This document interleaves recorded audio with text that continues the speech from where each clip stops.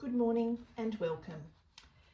Today I'm going to share or introduce the Daily Stitch project in collaboration with Miss Millie's in Traralgon.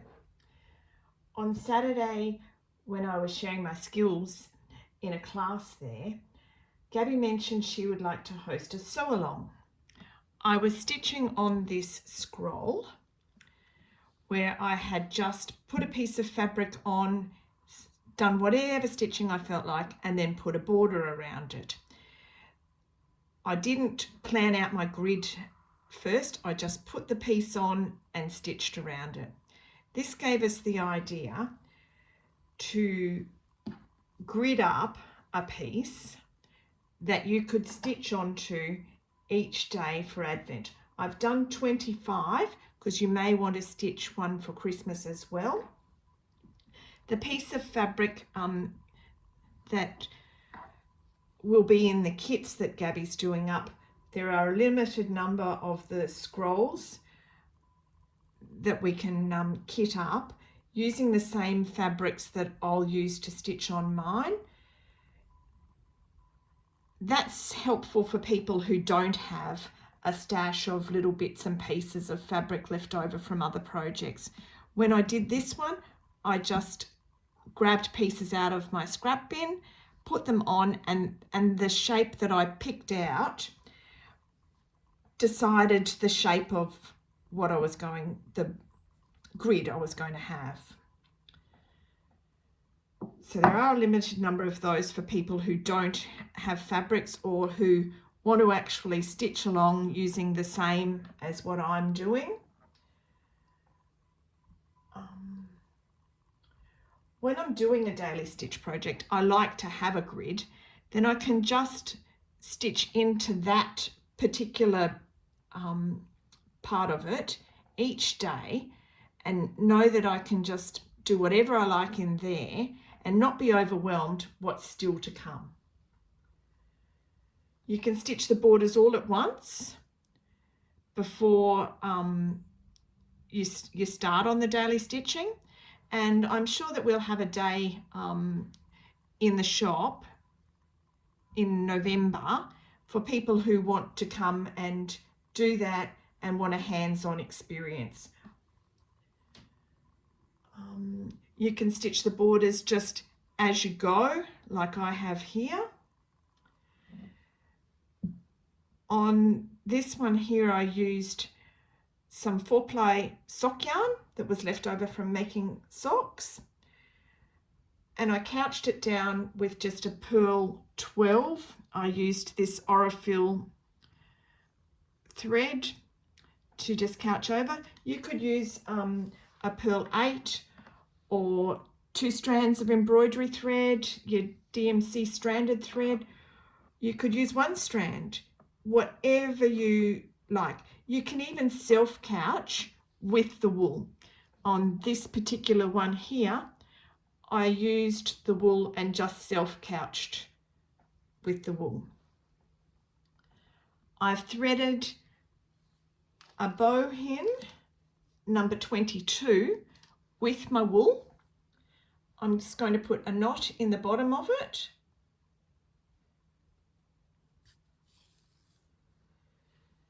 And there was one down here that I wanted to somewhere, a small one, so I didn't keep you watching me all day. Lost him. We'll just use this one. I'm going to come up where I want to come up, and then it's going to hold it in place. I'm going to just lay that thread there, leave the needle just attached in the other end there. Then with my other needle, and it's threaded into, again, a bowhin, and it came from this pack of 3 to 9 straw milliner's needles. So I don't actually know what number it is, but that's the one that I used there. Really, whatever needle will take your thread and sew nicely for you. I'm going to bring this one up along about 1/2 inch or a little bit more, a little bit less, whatever takes your fancy. and just couch over the wool.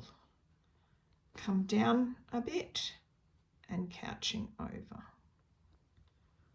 Hopefully you can see what I'm doing there. Coming down and just couching over so that you can see. I'll do it in 2 steps. Hopefully that's working and I'm actually videoing myself. Yes, it is going. I did all this just a little while ago and I didn't turn it on. I'll just get up to the corner and show you how I do the corner. So see how I've holding that with my hands. I don't use a hoop to do this. It would be quite fiddly to try and put it into a hoop. I just like the holding the fabric in my hands and feeling the fabric and the thread and just being mindful of what you're stitching. You can give your wool a little tug and that'll bring it straighter. And sometimes I actually like to leave it so that you're getting that textural look. So I'm to my corner, I'm going to go down and I'm going to come up right on the corner and put a stitch over on the corner. You can then just move your wool to come down the other side.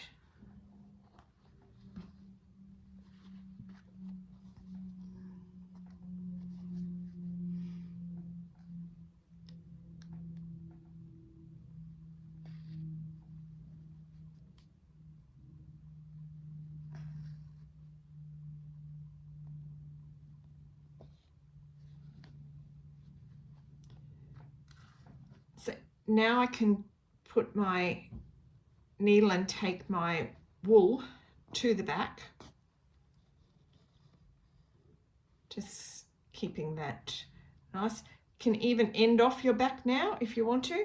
All I do is put a knot in the wool at the back. I'm not worried about the neatness of my back. I'm not doing embroidery doilies back like we used to do, where the back's all nice and neat. I may cover the back later with a piece of fabric and bring it to the front. So I've only done my working within, you know, 1/2 inch of the edges, just to allow room to do however I want to complete the edges of the scroll. Sometimes I do some crochet along the edge. Sometimes I put a back on it and bring it to the front. This is just your project to do however you want to do it.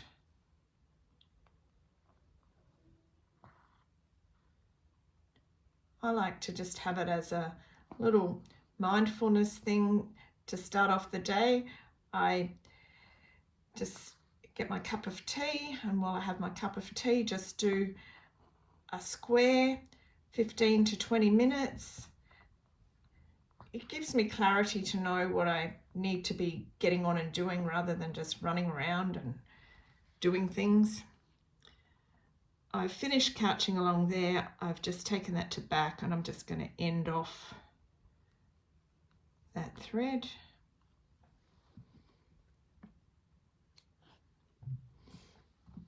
Okay. So that's how I would couch down with the wool. In the kit that Gabby's doing up, you'll get 25 3-inch squares. Obviously you don't need that whole amount on your stitch.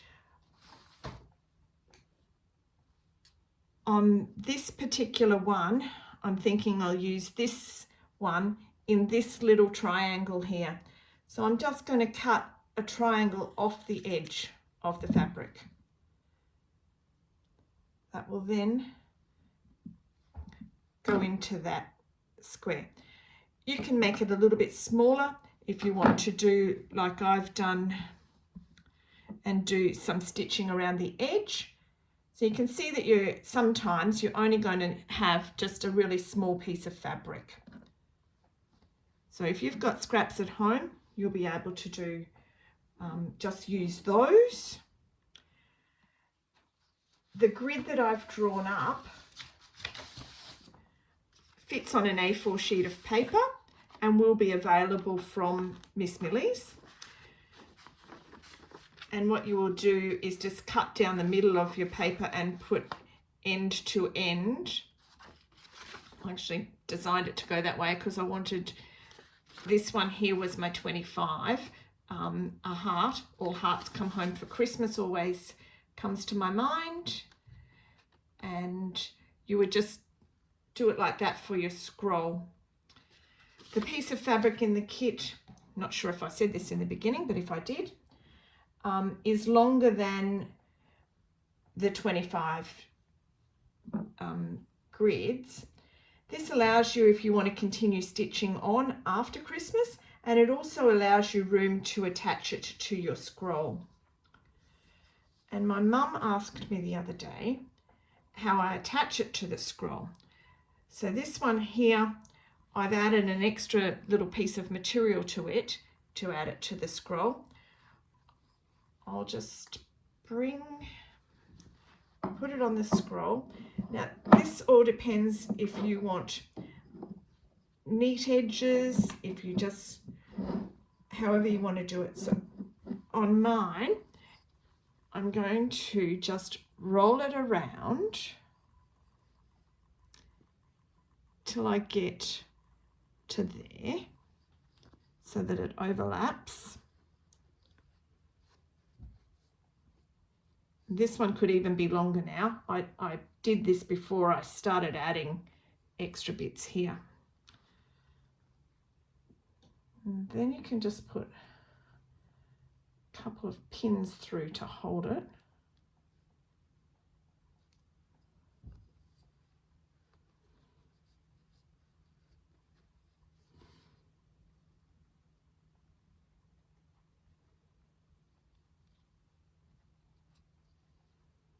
Okay, that's held together.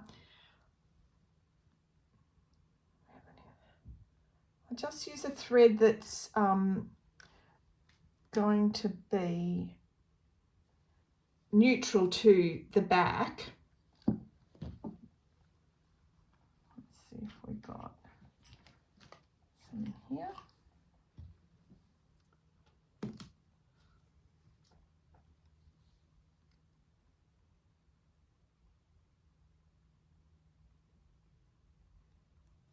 This is just thread that I would use for applique.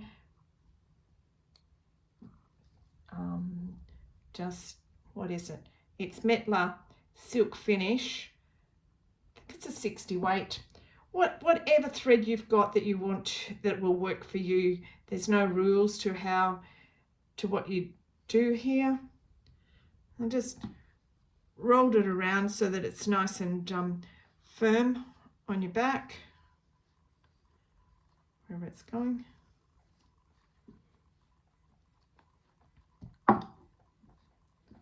It's a little fiddly. You just get that nice and tight there. I'll bring it up from the back to hide my knot.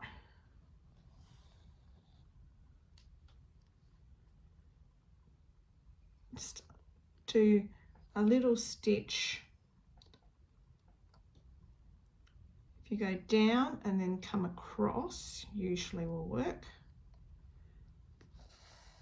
I said it is a little fiddly.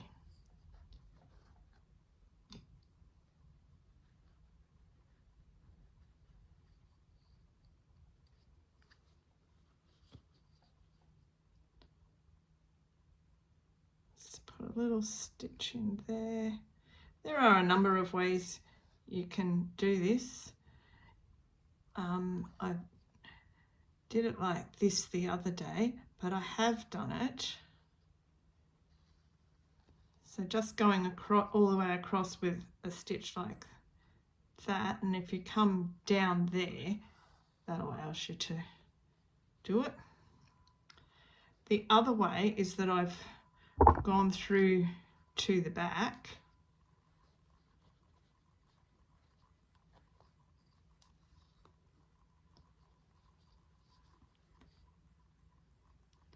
folded it back on itself like that and stitched across. I found doing it like that was a little bit more bulky than if I just went across. So just holding it nice and firmly.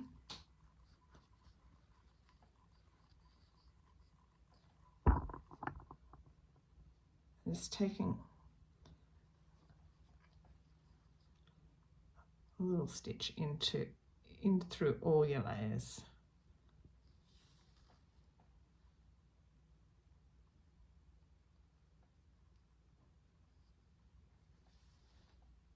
And then if you just continue across. If you're stitching on your scroll and you want to leave your needle in there, if you just park it that way, you can roll it up. So once you've gone across like that, you'll just be able to roll up your spool.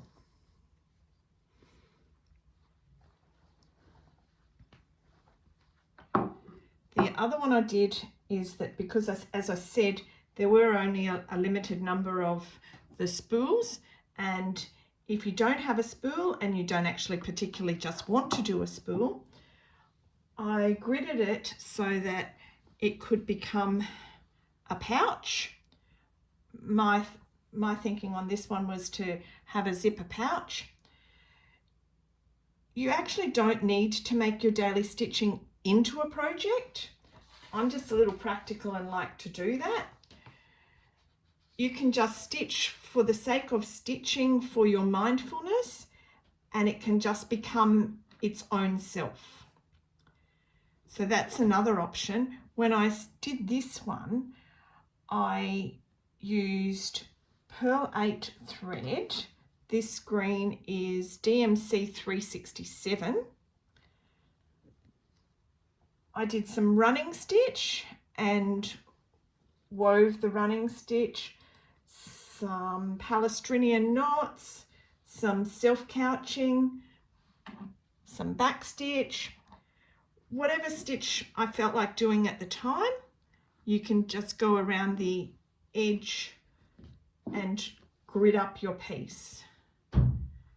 To do self-couching, I bring up, hopefully there's not a knot in the bottom, so we'll pop a knot in the bottom and that'll help us, or help me anyway.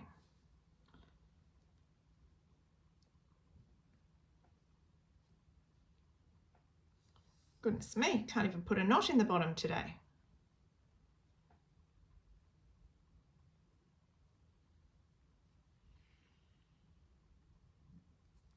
There we go. If we concentrate, it helps. Come up where you want to come up. I'm going to do this line, so I'm going to come all the way across to here, take a stitch backwards. That's my first, and pull it snugly, couch over.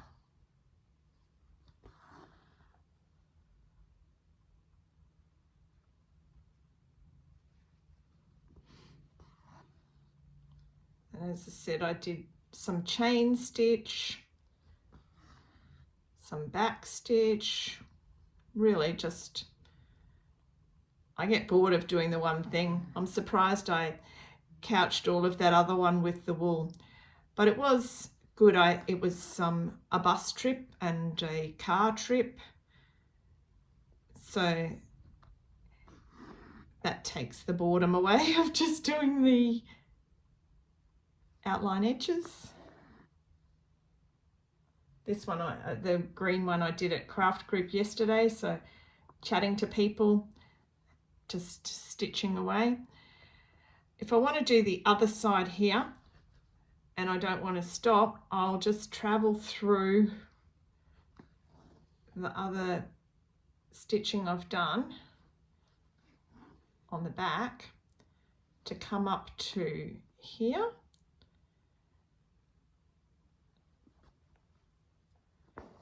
And just for another stitch to end off this video, I'll do a Palestrinian. So I'm taking a small bite across the line,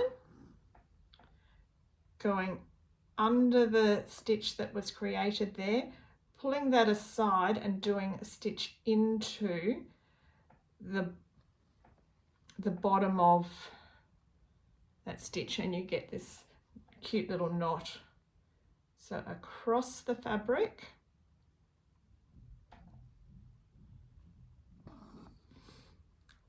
into the thread that's come down, that's created there, just pushing that aside so you see this little bit at the bottom, and just going into that edge of it. That creates you a knot. You don't even have to do the same stitch all the way along your side. You can change it up. The one where I do the woven running stitch, just a running stitch,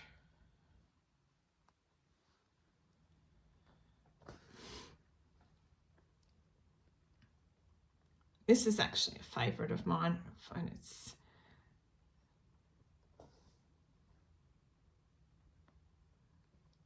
when you're wanting to keep stitching around something, if you think about the way you're going to come, and you can come along and then go back to continue down a different way with this one. You can do that with the couching as well. So I'll just come up beside one of my running stitches there, and using the back of my needle, going under that one and over that one, under this one. They are both under the thread, just side to side, under the running stitch and under the running stitch from this side, till you get all the way along. Hoping that gives you some introduction to the project that we are planning for December. Thank you for watching.